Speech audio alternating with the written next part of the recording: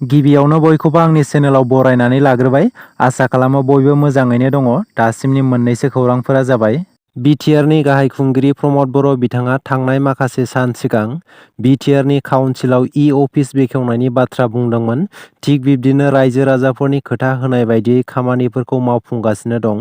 थिग बिब्दिनो BTCनि नेहाथारि खनि कनफारेन्स हलाव BTRनि गाहाय खुंगिरि प्रमद बर' बिथाङा अफिसखौ बेखेवनानै होबाय। सिगांनि सरखारनि समाव फाइलफोरा गोमायोमोन, जायनि जाहोनाव गोदान फाइलफोरखौ बानायफिननांगौ जायोमोन, जायनि थाखाय खामानिफोरा लासै लासै जादोंमोन। नाथाय बैफोर खामानिफोरा अफिसनि गेजेरजों गोख्रैयैनो जासिगोन। खम समनि गेजेरावनो खामानिफोरखौ मावनो हानाय जासिगोन। जायखिजाया खामानिफोरानो पेन्डिं जानानै थानाय नंलिया। बैफोर गोनां बाथ्राफोरखौ बुंदों BTRनि गाहाय खुंगिरि प्रमद बर' बिथाङा। बे खेबाव नोंथांमोना रां होआलासिनो देहा फाहामसालियाव फाहामथाय लानो हासिगोन। नोंथांनाव हेल्थ इन्सुरेन्स खुलिनानै दोननाय दङब्ला बे खौराङा नोंथांमोननि थाखाय जोबोद मोजां। सिगांनि समफोराव हेल्थ इन्सुरेन्स खुलिनाय थाब्लाबो देहा फाहामसालियाव रां होग्रोनानैसो फाहामथाय लानो गोनां जायोमोन। बेजों लोगोसेनो इन्सुरेन्स कम्पानियाव क्लेम खालामखांनायनि उनावसो रांखौ मोनफिनोमोन। नाथाय बे खेबाव नोंथाङा देहा फाहामसालियाव रां होग्रोआलासेनो हेल्थ इन्सुरेन्सनि गेजेरजों फाहामथाय लानो हासिगोन। बे खेबाव नोंथांनि देहा फाहामथाय लानाय रांनि खरसाखौ इन्सुरेन्स कम्पानिया देहा फाहामसालिसिम थांनानै गावसोरनो गथायना हैगोन। हेल्थ इन्सुरेन्स कम्पानिफोरनि थाखाय मिरु सरकारा गोदान नेम फोसावनानै होबाय। जुदि नोंथांनाव हेल्थ इन्सुरेन्स खुलिनानै दोननाय दंब्ला देहा फाहामथाय लानाय समाव रां होनांगौनि गोनांथि गैला। मख'नो गोनांदि 48 घन्टानि गेजेरावनो नोंथांनि देहा फाहामथाय लानायाव थांनाय रांनि खरसाखौ इन्सुरेन्स कम्पानिनिफ्राय होनाय जागोन। जुदि नोंथांमोनाव हेल्थ इन्सुरेन्स खुलिनानै दोननाय दंब्ला जिंगासिनांगौनि गोनांथि गैला। बड'लेण्ड सोमावसारनायाव मुंख्लं जानाय नखरफोरनि थाखाय गोजोनथाव खौरां। थांनाय 2020 मायथाइनि 27 जानुवारियाव BTR गोजोन गोरोबथाया जादोंमोन आरो बे गोरोबथानि 8.4 दफा बायदियै मुंख्लं नखरफोरनो BTR सरकारा 5 लाख रांनि अनसुंथाइ होनो फोसावनानै होबाय। गासै 200 मुंख्लं नखरफोरनो BTR सरकारा फैगौ 27 जानुवारि खालि बड'फा कालचारेल कमप्लेक्सआव मुंख्लं नखरफोरनो बे राङारि अनसुंथाइखौ होनाय जागोन। फैगौ 27 जानुवारि खालिनो कक्राझारनि बड'फा नोगोरनि ग्रीन फिल्डआव BTR गोरोबथा सानखौ फालिनो थाखाय साखाफारा जादों। थाबैनो BTRनि हाग्रा बिफानाव 600निख्रुइबो बांसिन साख्रिनि फोरमान बिलाइ होगोन। बे बाथ्राखौ बुंदों BTR हाग्रा बिफाननि मावफुं सोद्रोमा रनजित बसुमतारी बिथाङा।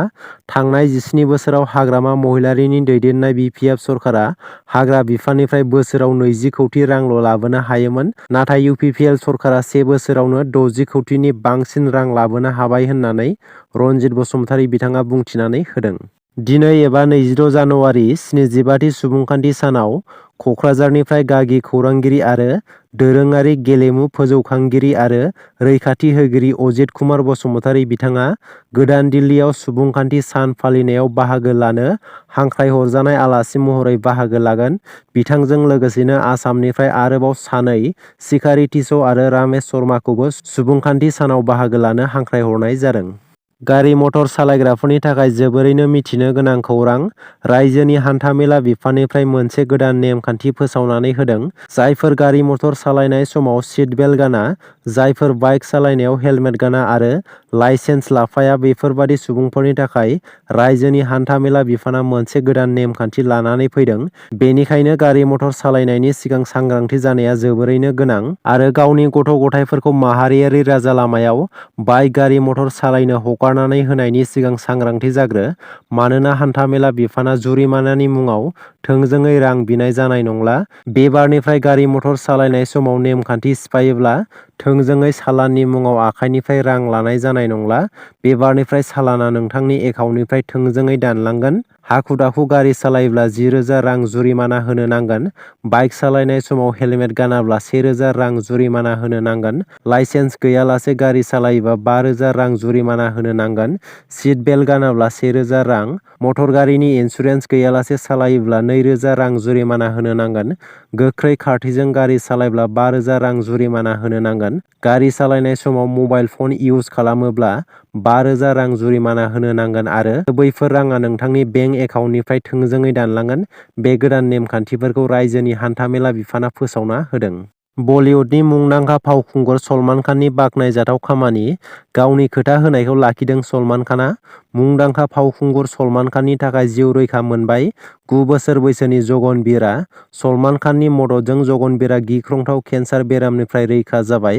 थांनाय माखासे सान सिगां सलमान खानआ जगनबीरनो आबुं फाहामथाय होनो खोथा होदोंमोन। 9 राउन्ड केम'थेरापिनि उनाव मोजां थासारियाव फैनो हाबाय जगनबीरआ।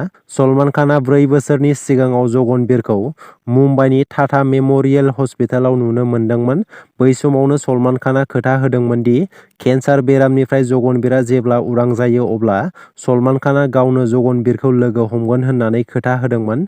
सलमान खानआ गावनि बेफोरबायदि खोथा होनाय आरो हेफाजाबजों जगनबीरआ केन्सार बेरामनिफ्राय उदां जानो हायो। बे समाव सलमान खानआ गोबां सुबुंनिफ्राय अनसायनाय मोननायखौ नुनो मोनदों। जायफोर सुबुंफोरा गावनि जोनोमगिरि बिमा-बिफानिफ्राय जानगाराव थायो, बैसोर सुबुंफोरा सांग्रां जा नङाब्ला खैफोदाव गोग्लैनो हागौ। हिनजाव एबा बिसिनि खोथा लानानै बिमा-बिफानि सायाव इनाय अनागार खालामग्रा फिसाज्लाफोरा बे खेबनिफ्राय सांग्रां जानाया मोजां। बे खेबाव फिसाज्लाया बिमा-बिफाखौ जोथोन लानायनिफ्राय जानगार जायोब्ला आयेन बायदियै साजा मोनगोन आरो हिनजाव एबा बिसियाबो बिहाव-बिखुनजोखौ जोथोन लानायाव हेंथा होनो मोननाय नङा। बिमा-बिफाखौ जोथोन लानायनि सायाव गोख्रों आयेन फोसावदों बिजिरसालिया। दासिमनि मोननैसो गोनां खौरांफोरा बेनोमोन। गोजोन्थों।